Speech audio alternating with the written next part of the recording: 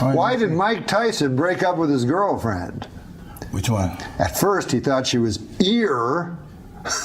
irresistible. But then they started having irreconcilable differences. That's just whack. It's about your ear, man. What are you whispering about? We gotta go? 20 seconds till we're off. 20 seconds, man, to read that joke. How many people have to die before we finally do something about dropping pianos? It was good to see those workaholic guys, because I personally am a workaholic. For many years, I was helplessly addicted to workahol. So, but one big news story: Twister is the big what do you call it? Movie, yeah. Twister's the big movie, and I got some news. Apparently now they're thinking about Oscars for the movie. Yeah. They're thinking of Best Actor for The Wind.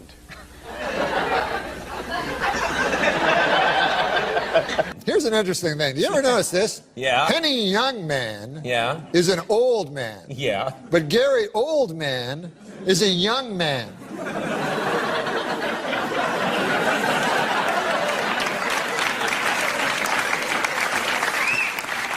What about Paul Newman is an old man? You got another one? What about Gary Mann is a guy who works over at Comedy Central? Is that what happened? I don't know. I'll tell you this about Johnny Depp. He's taken this sexiest man alive thing and he's using it to his benefit, as all good people in show business should. The new movie he's doing, Pirates of the Caribbean 3, he'll be doing full frontal nudity to... Is that true? Yeah, it's rated R!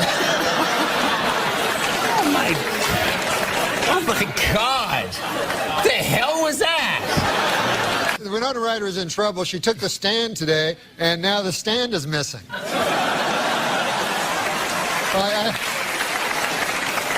Who's your hero? Who's my hero?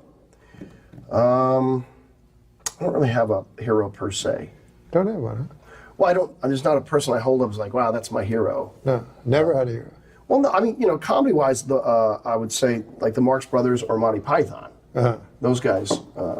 Those guys are Dabney Coleman? Dabney Coleman's all good choices. But I like the troops. I was going to say that the Polish government did actually try to land on the sun back in the... No, they didn't.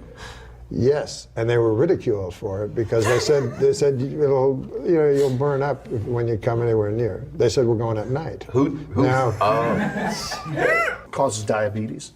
Well, that's terrible. And they amputate your leg. Not always. Sometimes you go blind. Sometimes you go blind. Yeah. Sometimes both. And then you can't. At least you can't see that you only have one leg. You know what I like about this show? It's not afraid to take on the issue. Yeah. I was in Cambodia once. I ate a brain. It was brain. Really? Yeah, mine was stupid. Now, what about this joke here? It's kind of a weird feeling watching the Flintstones lately. Yeah, it's weird. Watching Flintstones? Sure, yeah. How so? With their Stone Age drive-in movies and their caveman bowling, it just seems so dated. It does in a way. Because of droughts all over Europe, scientists are predicting a global shortage of olive oil. Soon the world will know how Popeye felt after the death of his wife. Olive oil. Remember how fucking skinny and ugly she is, and they'd always want to fuck her? This would be a good joke for this. You could do the music after this joke. A man in France tried to rob a bank using underwear as a mask. The cops put him in jail right after a quick debriefing. The man behind the voice of Tony the Tiger. Sadly, the man behind the voice of Tony the Tiger died at 64. His last words, "I don't feel great." I gave it something. Yeah. A Florida man was arrested for stealing a truck filled with $75,000 worth of Campbell's soup. I, for one, hope this guy goes away for good. Wow, there you go. I think there's nothing cooler than being a lone wolf, except at wolf picnics when you don't have a partner for the wolf wheelbarrow races. There you go. The Al-Qaeda online magazine Inspire has a recipe for a homemade bomb. They also have a recipe for a pretty darn good peach cobbler. So they're not all bad, you know? In my opinion, if we're going to fight the war on terror, a good place to start would be our country's haunted houses. Tim Tebow's time in New York wasn't a total loss. He had a monument built to him in Central Park, a bench. This, to me, is the quintessential Kevin Nealon joke. To me. Oh, I'd like to see what you think is my quintessentialness. Catherine Zeta-Jones has been diagnosed with bipolar disorder. Half the time she's Zeta, the other half she's Jones. Accomplished comedian Sinbad has announced he's filing for bankruptcy for the second time. The second time. Oh, God, it's so retarded. Sounds like things have gone from Sinbad to sin worse. I read a story, a 17-year-old kid who stole a plane, crashed it, and survived. Why don't we make the whole plane out of that kid? That seems logical, right? Makes sense, right? There you go. I don't know if this counts as an NCAA Cinderella story, but one of the Marquette players said he had help making his uniform from a bunch of singing mice and birds. I signed up for my company's 401k, but I don't think I can run that far. It is a long way. You know, you ever hear of steampunk? Yeah, I like it. Oh, you do? Yeah. Well, there's a joke Thank for you.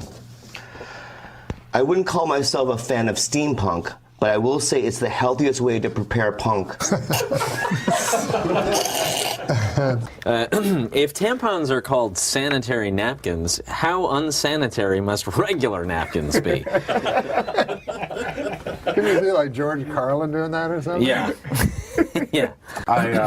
It's a true story, actually. I once missed a day of cosmetology school, and later I had to make a makeup class. Wow. Ariel Castro, the Cleveland kidnapper and rapist, must have had a very difficult upbringing. His last name's the same as a ruthless dictator, and his first name's the same as an adorable little red-haired mermaid. Mermaid? Recent studies show fish can communicate with each other using subtle physical gestures. One of their most common messages, let's leave this party early. What about this? 42-year-old Richard Swanson set out to dribble a soccer ball from Seattle to Brazil, but got hit by a car in Oregon and died. Well, at least he got to die loving what he do. At least he got to die doing what he loved, Nick. Dribbling a soccer ball in traffic. No, that's not nice. That's a good one. I think my doctor might be retarded. Why? His name is Dr. Retardo. Oh. It's a good chance. A Westchester parking enforcement officer stole $89,000 in quarters. How much laundry does this guy need to do? Police in Tennessee arrested a teenage girl when they found a loaded handgun in her vagina. When questioned, her boyfriend said, I guess that explains why my cock... I can't say that word. I guess that explains why my cock kept getting blown off. I don't get it. No, a tractor trailer flipped over, releasing millions of bees, which stung the driver hundreds of times. Speaking from the hospital, the driver said, no flowers? Hey, how about this one? Yeah, okay. This is a terrible story. The Nigerian kidnapping victim in Nigeria are being forced to marry their captors. I'm glad to hear these kidnappers are old-fashioned. In a way. Yes, yes. In a way, I mean, they're getting married.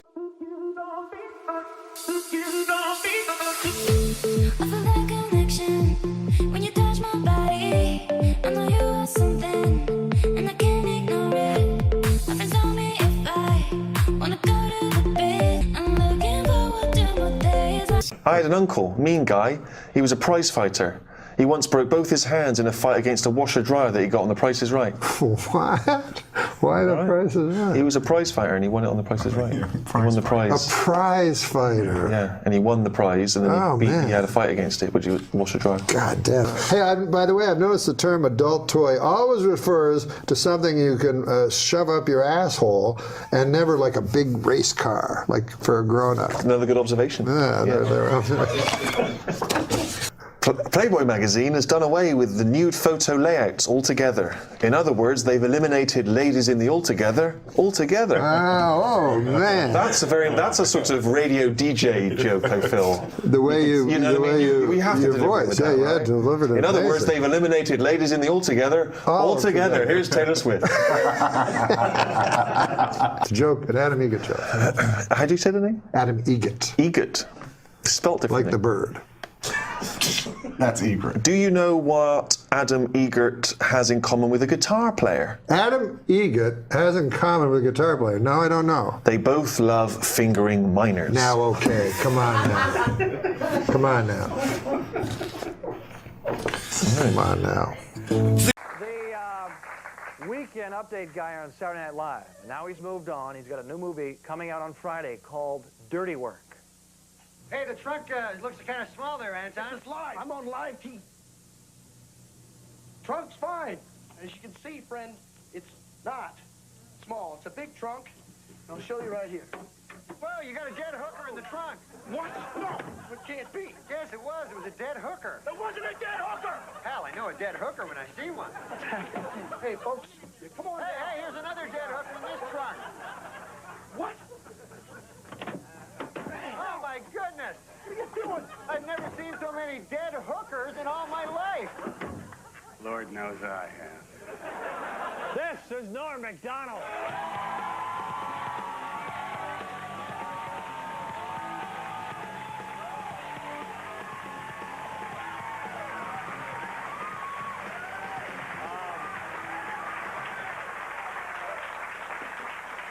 Thank you. Thanks.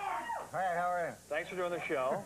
Thanks for having me. Funny clip. Oh, yeah, this is a funny movie to make, you know. We had a lot of fun. It's tough, though, making movies, you know, because this is the first thing I've done where I had a different name. Like when I did Saturday Night Live, I was Norm, and my real name is Norm. There you go. So on this movie, like, my character's name was Mitch, and so a lot of times it'd be tough, like, in a scene, like, a guy would go, hey, Mitch, we got to get going. I go, huh? And they go, confusing. yeah, and they go, you're Mitch. And I go, yes, Mitch, that's me. And then they go, cut, you know, that's it. Were there any prostitutes hurt in the making of this movie? Or... Well, Chevy Chase beat up one pretty bad, actually. So Chevy is in the movie? Chevy's in the movie, yeah. He's a great man. He was my hero when I was a kid.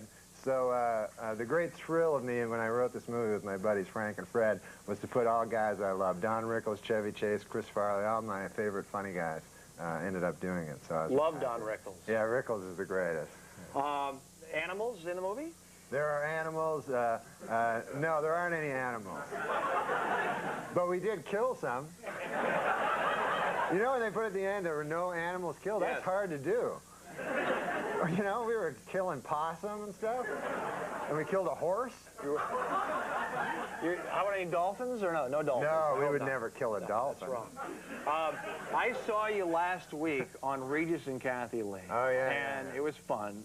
Although I got uncomfortable at the end because Kathy Lee was casting you as a leading man, romantic leading man, which is fine. That's very believable.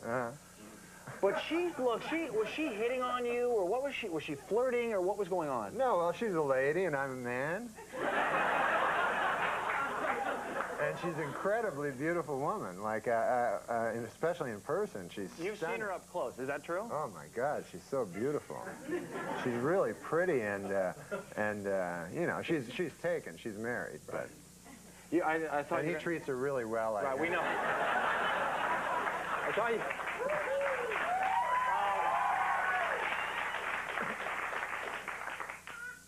Don Ohlmeyer, we have to mention him, was going to. MGM does the movie. They were gonna buy time during the NBA Finals. Yeah, how cool would that have been? That would have been great. But Don Ohlmeyer nixed it. He pulled all the ads for. Do you think it was the OJ stuff? Because I have an idea. If you would do some pro OJ jokes or pro wife murderer jokes. You could still do that now. Do you think then he would come back around? I think he's definitely rehabilitated himself because now he just stabs women with bananas. Right? I've seen that. That's right. So that's doing a lot better, you know? And I think, I'll say right now, if this will help Don Ohlmeyer, but the only thing O.J. Simpson is guilty of is being one of the greatest linebackers ever. That would be running back. That would be running back. That's okay. It's time for 5 questions. Here we go. Feelings going up and down, picking up the pieces that you left behind, hitting a new type of flow, breathing in the smoke and clearing up my mind. The thoughts of you, I never knew what the hell you got me into. We start This is going to be tough because I only know 4 things. Wow, we may ask 4 of those. That'd be great. We start with geography. Who's your favorite supermodel from Australia? Supermodel from Australia. That would be Alan McPherson. That is correct. I chose that one. Okay. The blackjack dealer is showing a 7. Do you split your 8s? You always split 8s, yeah. Yes, very good. Let's play the pyramid. Schwarzkopf. Generally famous Norman. Yes. Wow. That guy's down the bar. Very good. Category is dirty tricks in the play of the same name. Who pulled a fast one on Othello? Iago. Wow, that is good. You weren't supposed to hit that one. And now we finished very difficult. Finally, NBC's Don Ohlmeyer. Punk-ass bitch or bitch-ass punk? Well, that's an age-old debate that I can't get into. We'll never answer that one. That is correct. This is awesome.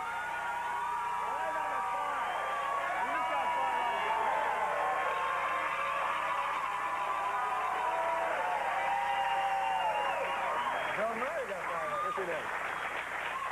Dirty Work opens on Friday. Big hand for Norm Macdonald.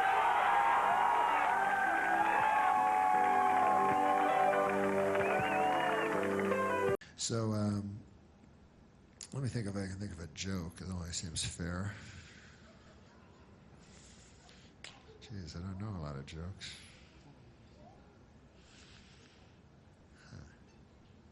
Oh, I know a joke. There was a guy who had a great pig, man. This guy had the greatest pig in the world. And so a guy come to his house and said, man, I hear you got the greatest pig in the world. So the farmer goes, are you kidding? You talking about Bill? The guy goes, I don't know, man. I just heard it was a pig. I didn't know it was a name. He goes, yeah, his name's Bill. Bill the pig. And this pig, man, he's the best. He goes, why do you say that? How come you say that? You got any examples? He goes, I got examples. He goes, last summer, man, he goes, our child fell into the well, you know, and was in the well. We didn't even know, and the pig came running. I was at the back 40 hoeing, and the pig grunted and snorted, and I came, just got my son out just in time.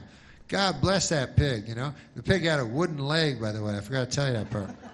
And so then he goes, yeah, that's interesting, but he's got a wooden leg. He goes, let me tell you more about the pig. He goes, then another time, he goes, that pig saved my life, man. I was under the tractor, and a pig, with his own weight, pushed up the tractor and hurt his spine. He had disc issues later, but he did it for me on account he loves me. And he goes, well, but still, you only got the wooden leg. Never mind that, the guy says. He says, listen to my stories about the pig. He goes, this pig, well, you know, last summer, the big fire, you heard about the big fire? You never heard about it? It was a big fire. It was a big fire all down the rural Route 20 here, and it hit our house the worst.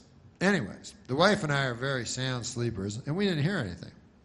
And if it weren't for the pig who hit his snout on the window outside of our bedroom, hit it with such ferocity that it smashed the window open, and we escaped, you know, the black smoke, then we would not be alive today. Why we belong to this pig. This pig, we would not exist without it. It's our most prized possession, if you could even call it that. We love that pig more than anything. And so then the guy said, but I still don't understand. How come it's got a wooden leg? And then the guy says, are you kidding me, man? Have you even been listening to me? You can't eat a great pig like that all at once. You know? You haven't heard a word I've said? What is wrong with you?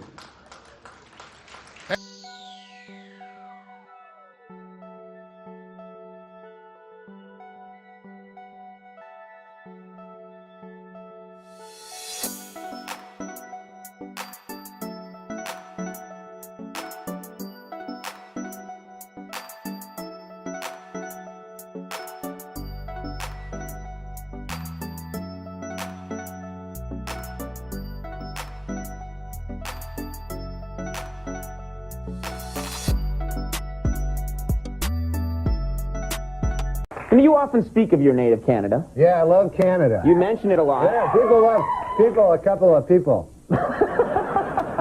3 to be exact. Yeah, they like it. That's important. Where are you from? Are you from a big city? Where are you from? I'm from a little town. It's called Monkland, and it's only 108 people. 108? That's yeah, small. It's country, you know. It's really rural. And but man, I'll tell you, there's lots of funny stories from there. Well, I'm sorry we don't have time. Thank you very much for coming, Norm. It was good having you here.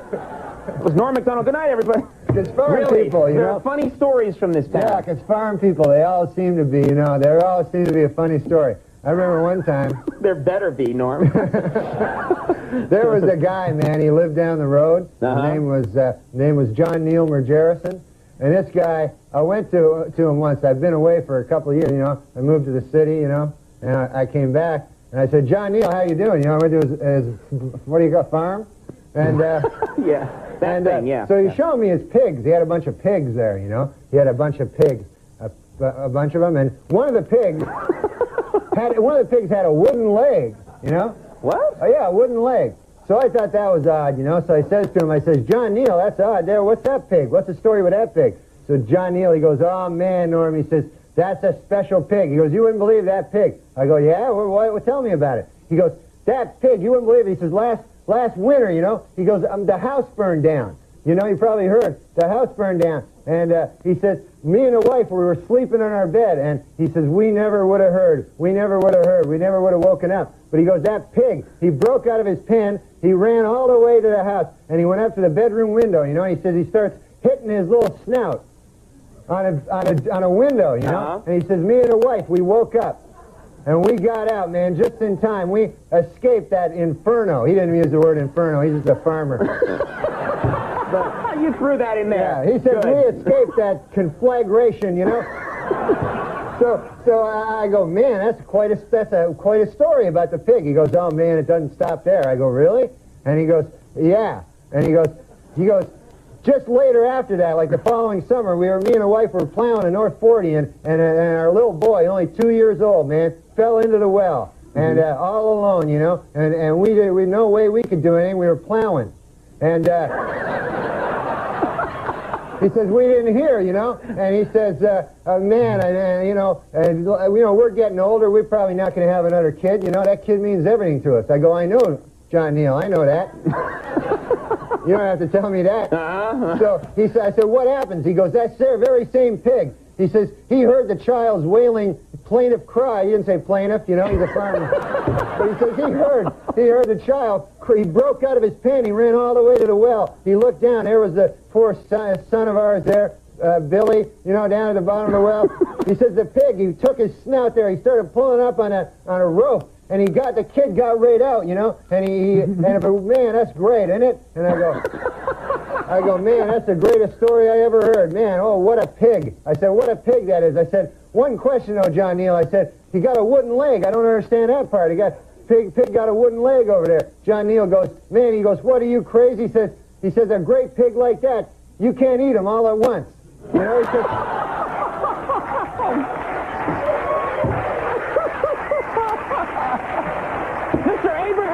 everybody.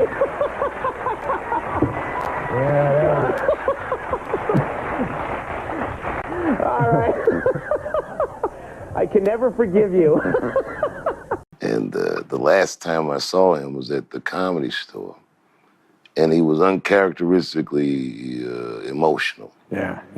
Like when we parted company, he was. And there's a picture of me and him and like the back of Chris Rock's head. I put it in my special. That picture that's in the end of the closer was the last time that I saw him.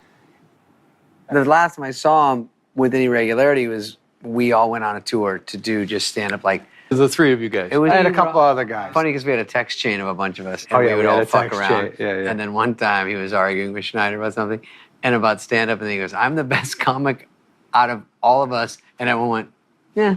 I saw him at the SNL 40th, and I didn't know he had cancer or anything, but I remember as soon as he saw me, he was like, I love you, Molly. Just he blurted out right away. Yeah. And I think I was like, oh, I just had a sense of like, I could feel that he had this kind of urgency to say exactly what was on his mind in the moment. Right. Because maybe he'll never have that moment again.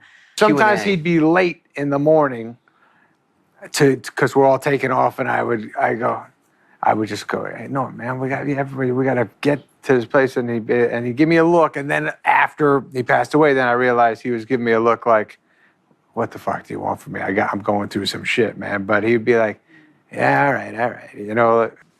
On the bus or backstage, he would come in and do bits. He wanted to keep. I like that, you know, when people are still funny and he's a good laugher, and that's always nice when a comic is a good laugher too, instead of just only going one way with it. They like to crack up with people, and that was a fucking blast. Did you wear a cowboy hat the whole time?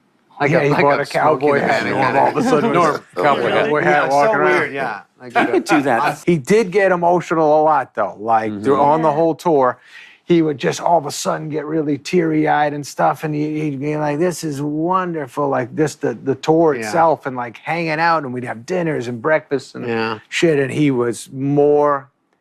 He'd just be so much fun to see. He had so much energy to hang.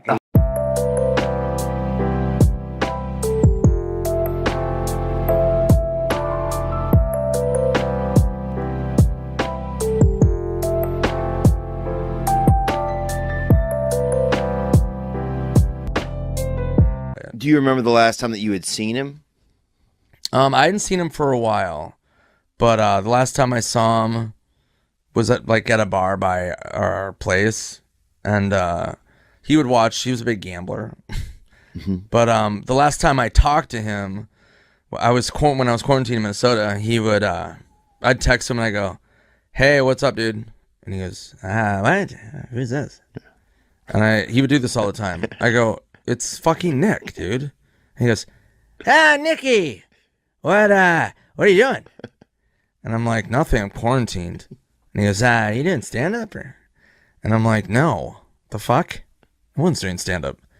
And he goes, "What's your plan?" And I go, "I don't know, I'm gonna kick it here, and then I think I'm gonna go to Key West." And I go, "I might just retire, though, and just move to Reno, and just get like a residency, and then I'll just live in Reno. And just work there, just be like an old comic." Yeah. And he goes, sort of God, he goes, that's a good idea. And I go, "Yeah, I don't know, whatever." He goes, "No, maybe I'll join you. We'll both headline Reno." And I go, "Dude, Reno's fucking a mess." I go, "No, I don't want to do that." So I go to Key West. A month later, he calls me. He goes, "Hey, what are you doing?" And I go, "I don't know. I'm in Key West. What's up with you?" And he goes, "When are you going to Reno?" And I go, "Dude, that was a joke. I'm not moving to fucking Reno and retiring as like a comic." And he goes, "Fuck, I thought it was a good idea."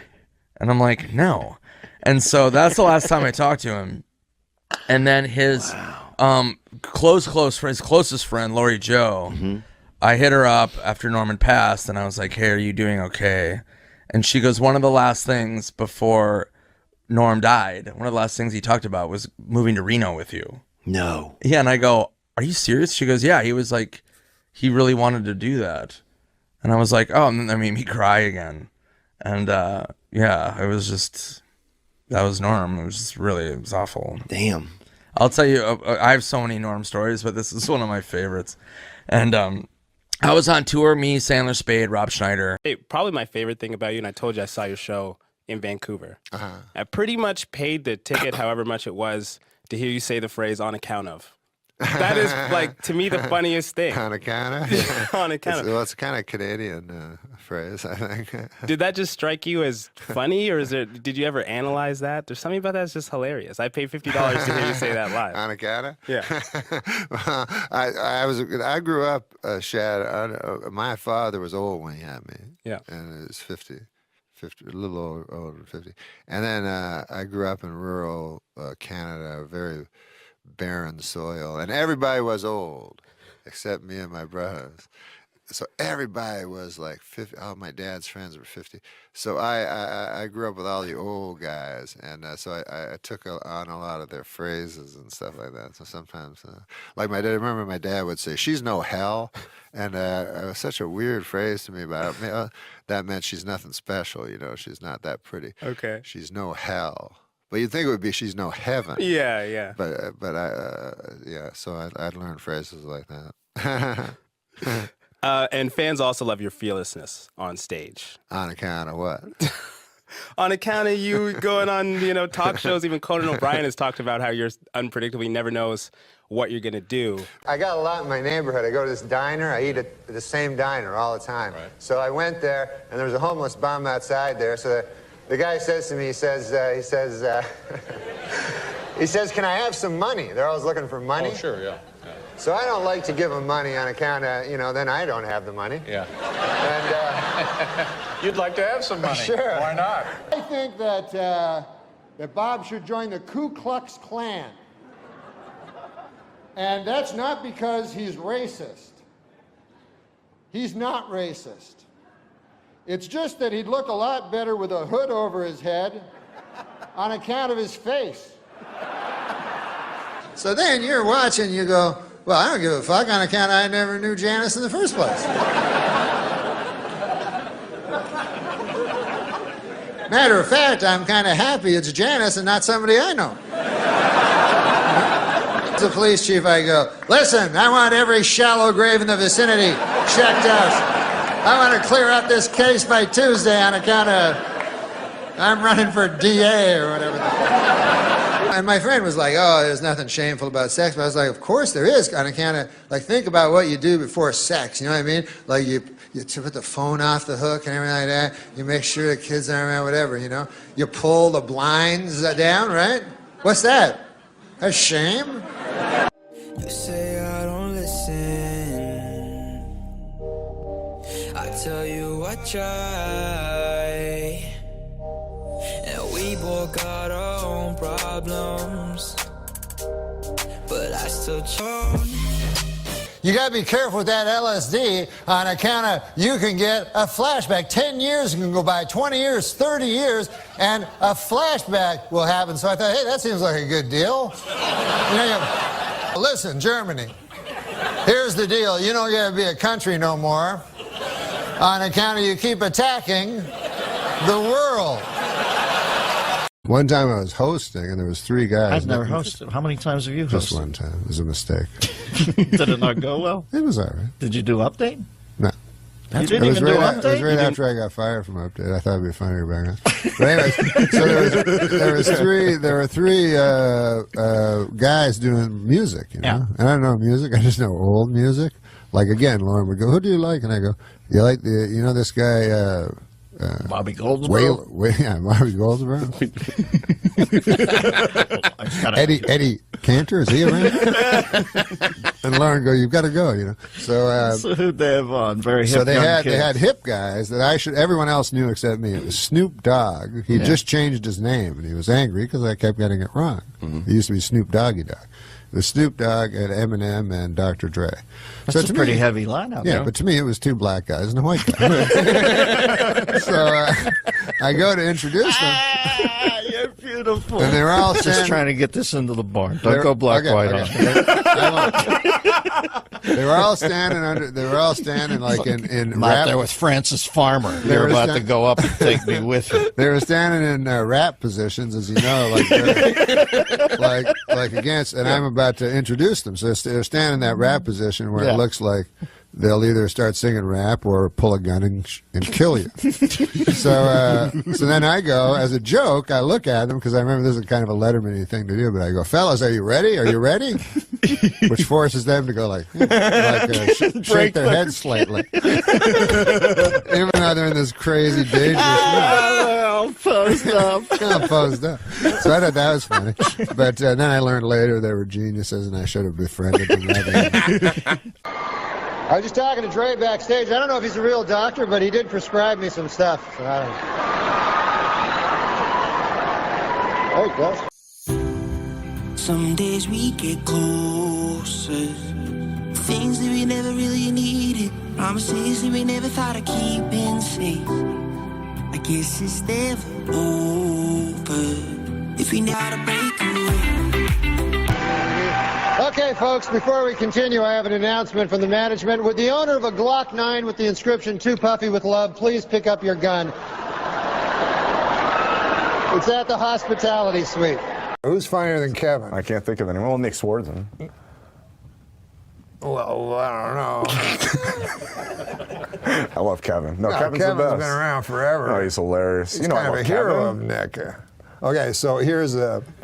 It was mid-May of 2013. America was dancing to the music of Justin Bieber and Beyonce, and they were laughing at the story of a comic by the name of Kevin Nealon. Get out there, and the next morning I call him to wake him up to go. He's sound asleep. I got to call him like 3 times and knock on his door. And then he gets up and he goes, I can't find my shoes. He's like being a little kid. Sounds like And every then- day getting into this podcast. And then we go to the driving range, and Jim McClain is his big instructor. We're getting lessons, and Norm is arguing with him about how to hit the ball right. That's one of my favorite stories that we've taught. We've heard in the last 9 episodes since we started. No, he's hilarious, man. I mean, he's right up there with Nick Swardson, like tied for funniest dude. Guy has to make a fucking competition out of it. Anyways. That's what I loved about the Larry King episode. You got to see him out of his element and something, you know? Well, he's on Hulu, which is a cool thing. Oh, Hulu's the best. I watch it every day. Yeah. Is it better than Nick Swardson? I mean, I like Nick. Well, you know who's coming up? Nick Swardson. Yeah, you're a lover. No, I love him. Yeah, that's what I said. Yeah, okay. He's hilarious. Yeah, he's fine. Terry, Reno 911, Grandma's Boy. Yeah. Gay Robot. That guy was hilarious. Yeah. Is. It says here on your license that your eyes are blue, but they're not blue. What are they? They're the Caribbean Sea with a full moon shining down under a Smurf's delicate balls. Is hilarious. He's going to be here. Really? He's funnier than Kevin Nealon, according to you. No, we just want to start. I love Kevin Nealon. But it as would be well. cool to start a show business feud on the program. That would be a very peculiar showbiz feud. Nealon and Nikki? Yeah. All right, we'll be back with Nick Swardson momentarily. Nick Swardson, he's wearing a Gay Robot t-shirt. Hey, man. Hey, man. That's Gay Robot right there. That's where I first knew of you, from Sandler's album. Oh, yeah, that was hilarious. Yeah, that was the coolest. This is the only shirt that'll suck your dick. True story. For the record, Kevin Nealon's way funnier than me. I'm just Yeah, gonna you say love that. Nealon. I love Nealon. I was at a party with a friend and I noticed you first, and you returned my gaze, knew how to quench my thirst. You took me to that room like a dream come true. The dance you performed was just for me and you. Kisses on the neck, then you work your way down. Let yourself go for me all around town. Seductively stood so good. I'm told by Nick Swardson that he's come up with a new impression for his act, known for his impressions. What is it again? This is Mr. Furley talking to the 20-year-old girl he just woke up next to. Or no, he's in the middle of sex with her. I'm coming in your butt! Oh my God. Well, listen, man. Hey, your mouth is my toilet! What I've been doing very recently is every day I find a new word. A new word every day? A new word every day, and I incorporate it into my everyday vocabulary. So if I asked you today what your new word is, you would be able to tell me. Absolutely. Today's word for me was erudite. Erudite. And it's learned in arcane subjects and widely read. Erudite. Yes, I'm familiar with that word. Do you know sesquipedality? Sesquipedality, the use of long words, sometimes applied as a derogative to connote pretentious and overbearing posturing. Sesquipedality. That's a good one. How about this one? Reprecusative. And that's it's basically, well, let me tell you what it is. It's a bitter, ignorant person who, entirely unaware, sees his own faults projected onto the behavior of others. Reprecusative. Hazardling, a lowly sniveler who risks his position by making clumsy innuendos about a great and virtuous person who's clearly his or her better. Hazardling. Bumpquacious. Adjective. In the manner of a desperate coward whose last resort is to make veiled threats to someone he envies and probably fears because they're younger and way more sexually potent. Bumquacious. Dimatoid. A feeble-minded asshole who is a failure at everything, but he deludes himself into thinking he has one small talent, which he doesn't even have. Dimatoid. Canuckadile. Canuckadile. Yeah, it's a migratory Canadian rodent. Canadian? Yeah, often found rummaging in the dumpsters around Hollywood for toxic scraps to stuff in his leering, hideous face. Canuckadile. That's you. Coprogustiac. A noun. Vulgar, a half-recovered drunk comedy club manager who subsists entirely on the foul-smelling sweepings from the fetid floor of animal cages.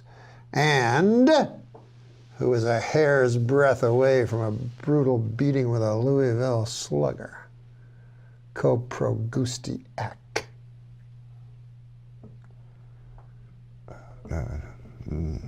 No, Norm. I haven't heard that one. It's a good word. It's a great word. It's a great word.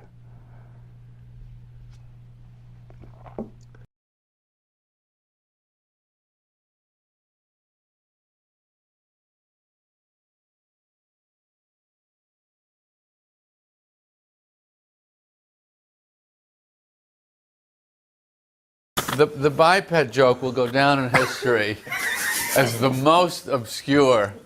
Who did you meet having coffee? Toady Field's daughter. Holy Lord. How about that? Oh my God. I was excited. You have no idea who that is. No. And is she a biped or? I don't know which side of the family she takes after. You know what That's a great joke that only I get. The big news is Oscar Pistorius. Yeah, huge news. And I don't like him, don't care for him, never did. Really? You don't like Oscar Pistorius even before he... What are you doing? I have something in my tooth. Okay. Okay. Yeah. I didn't like him. You're saying, I mean, a lot of people don't like him now that he a lot murdered of people, somebody, but, yeah. but before that... Allegedly. But also, really. Yeah. But yeah, I don't have problems with the murder. Right. But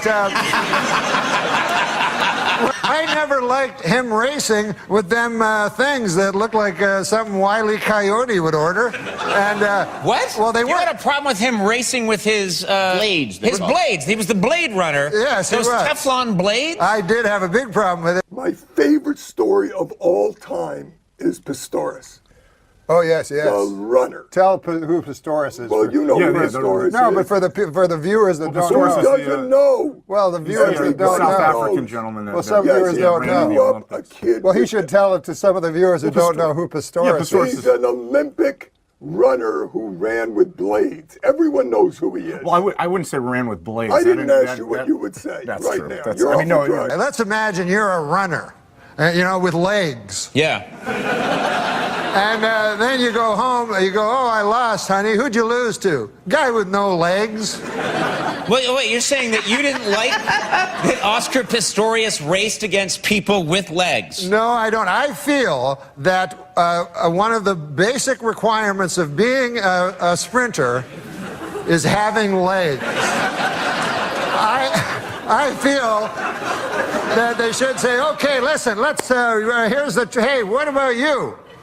I don't think you can be on the team. Why not? Well, you're not a biped. You have no legs, so scram. Okay. You take your time as long as you want. But get the hell out of here. No one's going with you on this. Nobody is with you on this at all. Except the feller at home that's like, that son of a bitch I lost my race to that got no legs. Are you saying he had an unfair advantage because he had these? Well, of course. He had rocket ships. They're not rocket ships. Okay. Andy, help me out here. No, it's still him running. Yeah. Oh, yes. Well, guys, I agree with you then. Oscar Pistorius is a scholar and a gentleman. All right. He's a murderer. They turned it around on us. Alleged murderer.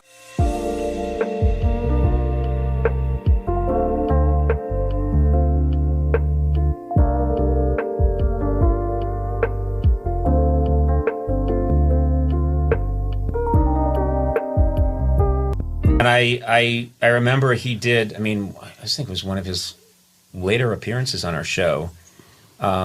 He went after Oscar Pistorius. Who's the Blade Runner. Convicted of murder, and he was the one who famously had blades. He was born, I guess, without legs and had blades instead, and was this great Olympic athlete. And he went after him, and his joke was something along the lines of, I have no problem with him as a murderer. Yeah, I don't have a problem with the murder. But the murder, it's you should use your real legs if you're going to be. And it's you think about it, everything about that joke is completely wrong, and especially in this era that we're in, completely unacceptable. But it was Norm, and Norm would dig into it with this. And I know the guy to be extremely sensitive and to be very kind, like almost too sensitive in many ways. Yeah. And yet he wasn't having any of if this. Well, you got to be careful here, or that joke that could really hurt people's feelings. Yeah. I think made some kind of deal with himself early on that across the board he was not going to care. Yeah. About Nobody's that. going to tell me what to say. Yeah, no one's going to tell me what to say. And I think, His line was, one of the basic requirements of being a sprinter is you have to have legs. Right. As I learned to express myself in other ways, I started making little notes to myself. Note to self. Remember, Aunt Jenny is your aunt.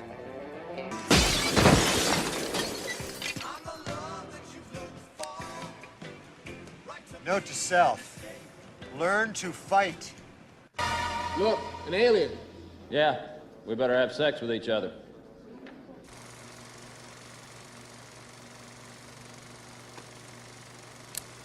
Note to self. Sam just looked at the screen. Look, Pops, I gotta tell you something. What? I've made up my mind. I'm going to tell Sam. Or not! Ah!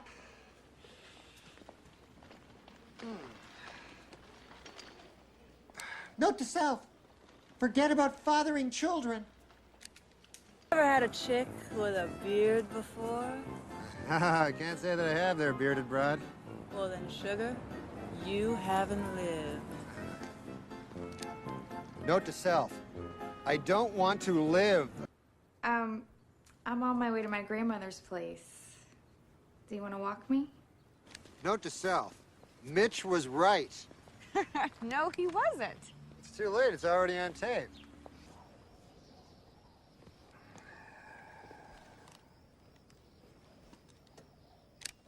Note to self. Remember, no matter how bad life gets, there is always beer. Do you remember when you said this? Note to self. Making love to blow-up doll, not as good as advertised. No? Oh, sorry. Must have gone too far there. Ah! Note to self. Stop payment on $50,000 check. Note to self. Remember to get ass wart cream for giant wart on my ass. It's a little bit past that. Less than 2 years after that horrific bus accident which nearly left her crippled, singer Gloria Estefan has been involved in a fatal boating accident in which a surfer was killed. Memo to self. Cancel hang gliding with Gloria Estefan. Let me just cancel that out there. So cancel.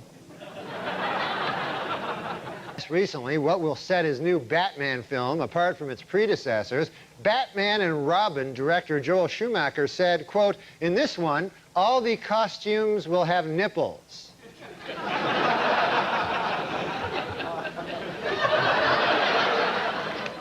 Note to self, do not watch the next Batman and Robin.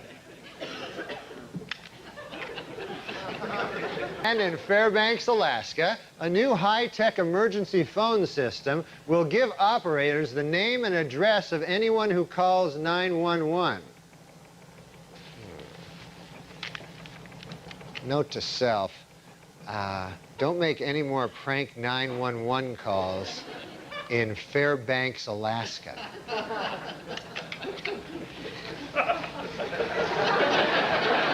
I know I have a pocket here somewhere. A report by Assistant Treasury Secretary Jim Johnson shows that the arrest rate for church arsons is more than twice the national average for arsons in general.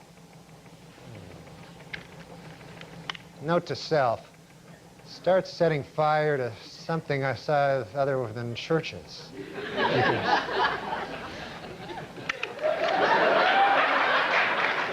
In New Mexico this week, lawmakers passed a measure to abolish the state's 15-year statute of limitations on first-degree murder. Note to self, cancel plans to return to New Mexico.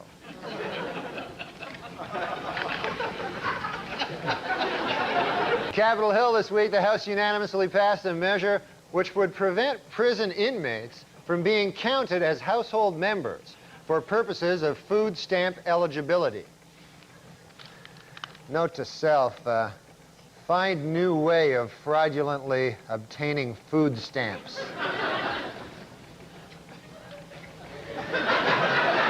The Nuclear Regulatory Commission has warned that an industrial camera stolen from a Montana company could pose a radiation hazard if its casing is opened. Oh.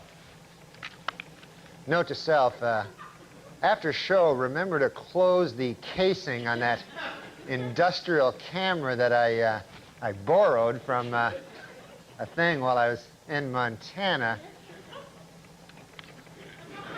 In Indiana, the state legislature has approved a law requiring professional hypnotists to be trained at accredited institutions and certified by the State Medical Licensing Board.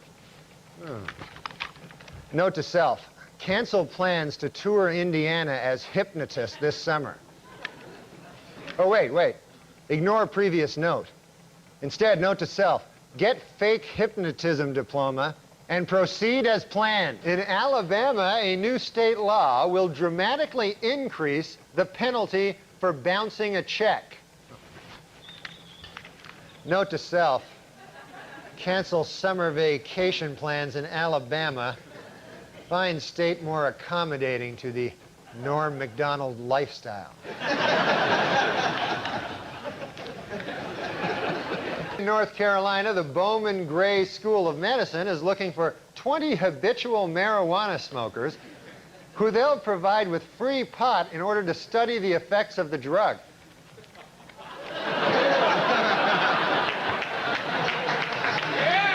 Note to self, spend summer vacation at Bowman Gray School of Medicine.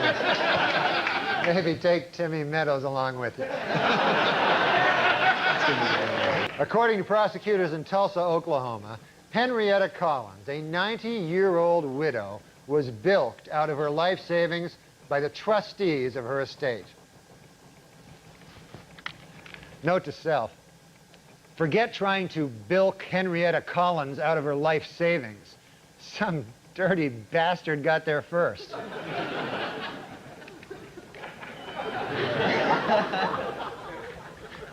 And next summer in Battle Creek, Michigan, Kellogg's will open Cereal City, a new $18 million theme park. Note to self, start buying up land next to Cereal Theme Park, then open Milk Theme Park. And watch the money roll in.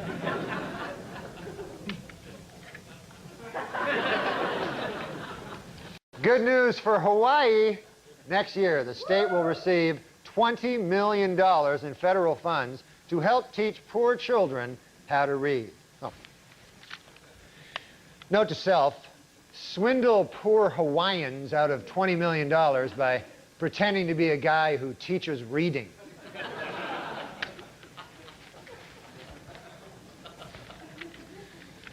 Note to self, before I start, also learn to read.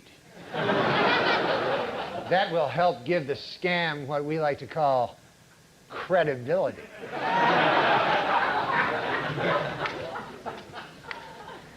That's a big word. Last weekend in Washington, a new museum dedicated to broadcast fuck was that? Last weekend in Washington, a new museum.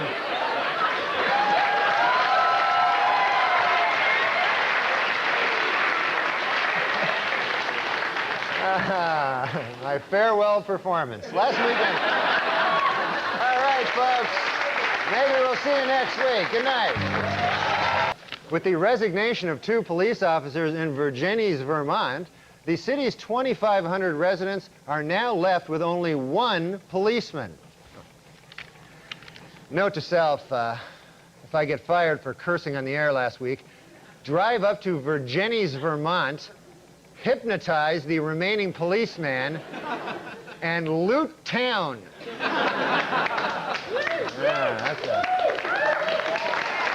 God, why did you put that dirty, sickening image in my mind? Oh, no, here it goes again.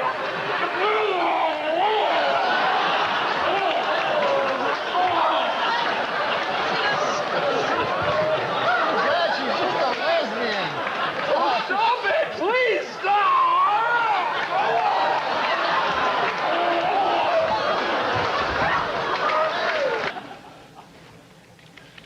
Note to self, never ever follow a vomit-spewing guy with a joke.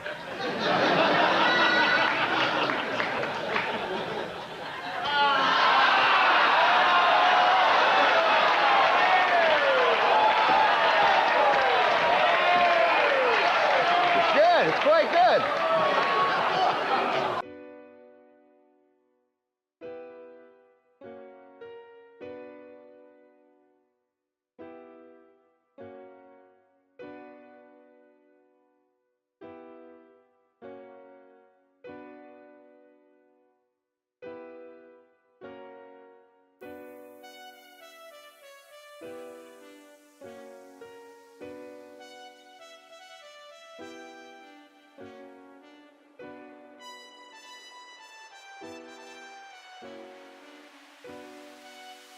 How many Polish guys does it take to screw in a light bulb? The question cannot be answered because Polish people are so fucking stupid that no matter how many of them are available, none of them would ever be able to complete that simple task. This is a meta joke. Have you aware of these meta jokes? How many comedians does it take to screw in a light bulb? How many? 2. One to do it, and the other guy to go, how long's he been up there? I like that. On stage. Yeah, because they was going, They're like, how long? Oh, that's a good one. I was going to say that the Polish government did actually try to land on the sun back in the No, they didn't. Yes, and they were ridiculed for it because they said you'll burn up when you come anywhere near. They said we're going at night. Who? Now, Well, no, I've never asked you this before, and we've been good friends for many years. Okay, I made that up, but No. We haven't? No, we're friends. We're good friends, but I don't know what your. Macdonald. Is that Irish? Is that Scottish? What's your ethnic background? My ethnic background is Polish. Are you really Polish? Wow. Polish people, I didn't yeah. realize that. Yeah. Macdonald, you don't. Well, my parents changed their names. They had to because of the constant ribbing they'd get for being Polish, you know. Mm-hmm. And so they changed their name to Macdonald. But it's one of the things that I mean, I get a little upset about it, because all you the can't. Polish jokes. And Yeah, stuff. you can't make jokes about other people, but for some reason you make jokes about Polish people, Right. I don't like it. Right. You shouldn't. That sounds bad. Yeah. I mean, I had an experience, I go in and I order a Polish sausage, from this guy, and so the guy says to me, you must be Polish. And I said, come on, man. I mean, come on. Think about it, what you're saying. I'm trying to knock some sense into this fellow's head, maybe give him a wider world view, Sure, yeah. I said, you think because I order a Polish sausage, I'm Polish. I said, what if somebody came in here and ordered French toast? Would you think he was French, Right. I mean, what if somebody came in here and ordered a Belgian waffle? Would you consider that guy a Belgian? Mm-hmm. I mean, if a guy came in and ordered a German bratwurst, would you consider that fella to be a German fella? Right. I said, what if a guy came in and ordered German potato salad? I suppose you'd think he was German too. Yeah? Yeah, yeah. What if a guy, I said, what if a guy... Wow, you talked to this guy for a while. I'm telling you, man. With racists, you have to get through You have to them. really get it into their head. Right. I said, if a guy came in and he ordered a Cuban hamburger, are you going to assume he's a Cuban? Right. I said, I think it is absolutely ridiculous that just because I come in here and I order a Polish sausage, why would you jump to the fact that I'm Polish? Right. And the guy says to me, well, first of all, it's a hardware store.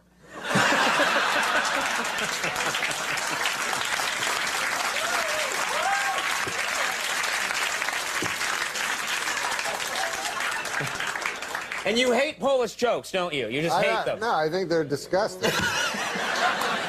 I'm scared of letting go, go, go. I'm scared of letting go, go, go. I'm scared of letting go, go, go. I'm scared of letting go of everything in the past. Today. The list of kind words goes on, and today we are joined by his friend and former co-star, actor Daryl Hammond. Hi, Daryl. Thanks for joining us today. Hey there. Good morning. How are you? Okay. Well, Daryl, you took to Twitter in the wake of this news, writing, "R.I.P. my dazzling friend. There was no one funnier than Norm. Hardest I ever laughed was with him. I will miss you and your friendship." So many people are talking about him and his work in the industry, but you actually knew him personally. So can you tell us just a bit of what it was like being his friend? Yeah, you didn't think of it like at the time as like it was like anything special because he was such a no frills kind of a guy. I mean, he wasn't seeking fame and he wasn't seeking fortune or power. He just was living his life trying to be funny, and it seemed so unremarkable at the time. You know, it was just Norm being funny and being him, which was thought is formed on the way out, and you just say exactly what you think immediately. And sometimes it lands with favor, and sometimes it doesn't. You know. Yeah. Take me into one of your biggest belly laughs with Norm. Yes. If you can. I mean, the thing is that I know him. I can think of some professional stuff that was really funny, but you know, personal stuff and people that were in his life probably is some of those stories I shouldn't tell because it involves other famous people. But you know what I mean? Okay, take me to a professional one. Then. What was one of your favorite on-camera Norm moments? Well, my favorite on-camera Norm moment was when he was doing Burt Reynolds, you know, in Celebrity Jeopardy and refused to answer to that name when Alex Trebek referred to him because he had changed his name to Turd Ferguson. Burt Reynolds. That's not my name. Okay. Turd Ferguson. He wore that giant hat. Yeah, what do you want? I'll put that up there with my favorite moments ever on stage, you know, on stage at SNL. Hilarious. I'll put that up there with the cowbell sketch. It was hard to stand next to him and not just become an audience member, you know. That was sort of the way he was. You didn't want to be in the sketch anymore. You wanted to watch the sketch. You wanted to watch him do his thing, you know? Yeah, a lot of people having to deal with breaking during that sketch. Yeah. Yeah, he really tried hard not to break. And I just wished I could walk off to the left about 10 or 20 feet and stand there with everyone else on the floor. People standing around. I wanted to join them and just watch Turd Ferguson do his thing. Oh man. And what was he like? Just, you know, coming into set, like, just take me into his personality a little bit off camera. Super low key. He would be over talking to the key grip or talking to the nurses. He was always talking. He was very interested in people. And he was very curious about people and very engaged with everyone from techies and camera operators. Oh, and then Elle McPherson walks by and he says hi to her. You know what I mean? Yeah. You know, he was utterly himself and he didn't know how to be other than that. Sean Connery has set a new Jeopardy record with negative $230,000. You think you're pretty smart, don't you, Trebek? What with your dago mustache and your greasy hair? Look, what did I just say about ethnic slurs? And finally, Back again, Burt Reynolds in a commanding lead with $14. Hey, check out the podium. Look at this. Mr. Reynolds has apparently changed his name to Turd Ferguson. Yeah, that's right. Turd Ferguson. It's a funny name. Great. Mr. Reynolds, it's still your board. Yeah, well, why don't you give me ape tit for 200? It's not ape tit.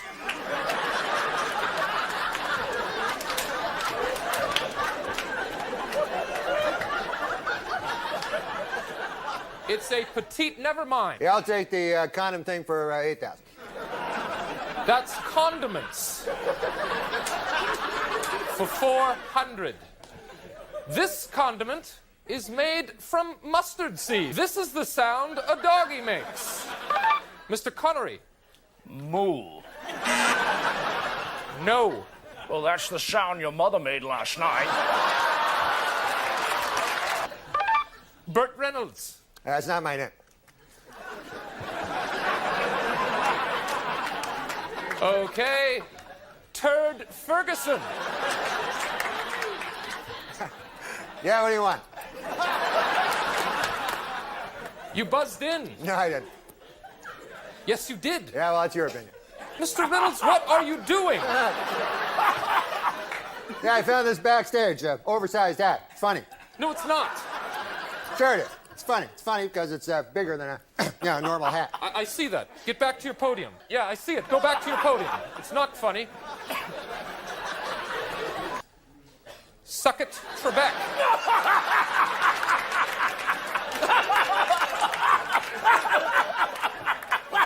That's all the time we have. Good night. Would you get that off me?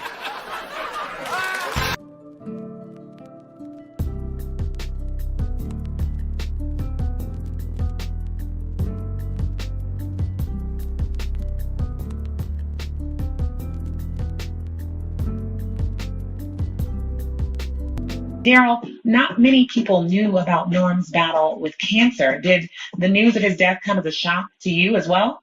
Yeah.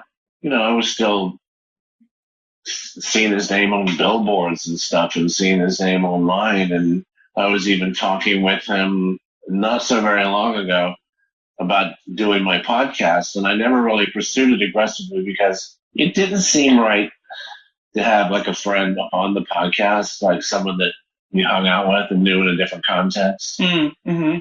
I don't know. I feel like I would just like to stay friends. Wow. And it sounds like he was himself to the end. Can you just take me, you mentioned it, but can you take me into a little bit of when you last got to talk to him and just kind of spend some time, even if it was just on the phone? I think the last time I spoke with him at real length, like, the in-depth kind of conversation you would want to have with somebody, was after he took over as Colonel Sanders, which was a huge, it sounds paltry now, but it was a big job. And I loved it. And KFC replaced me with him. And so the interesting part about him was he should have been on this big victory lap. Yeah. Incredibly great job. And he was going on the air and talking to people like that the KFC should have replaced me because I was the best one. He was more concerned. You can't fake that.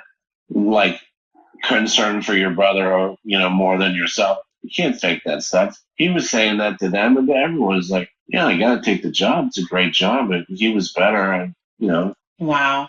Right? Like, he's like, that's great. Yeah, it's like, I kind of feel bad about it because he's much better at this than me. And none of this makes any sense to me at all. And the truth is, he was a great Colonel Sanders. And as I knew he would be, he was really fun to watch. Well, it sounds like any character he stepped into, he owned it. He was bringing the electricity, yeah.